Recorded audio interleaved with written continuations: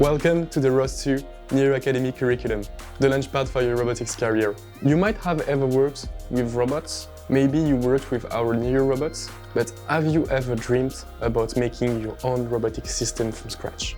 At NiryoAcademy, we turned that dream into reality. We designed it, a ROS2 curriculum, to give you all the skills you will need to develop, create and innovate into the robotic world.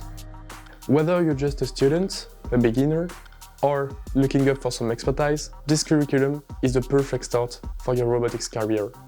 In this course, we'll support you in the development of your own robotics projects.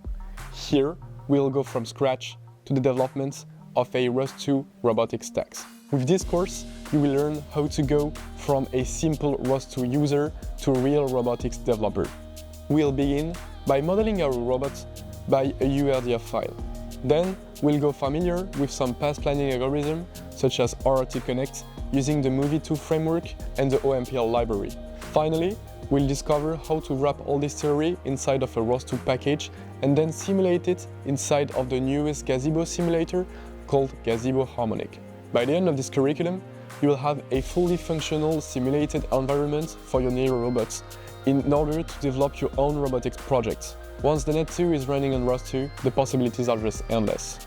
You'll have the freedom to add anything you can imagine.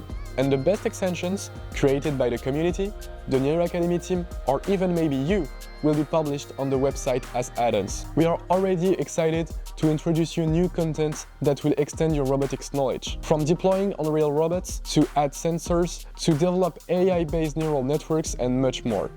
This curriculum is not just about learning.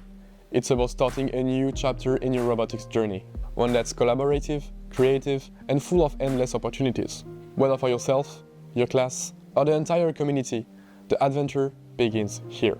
So, ready to step in? Let's get started.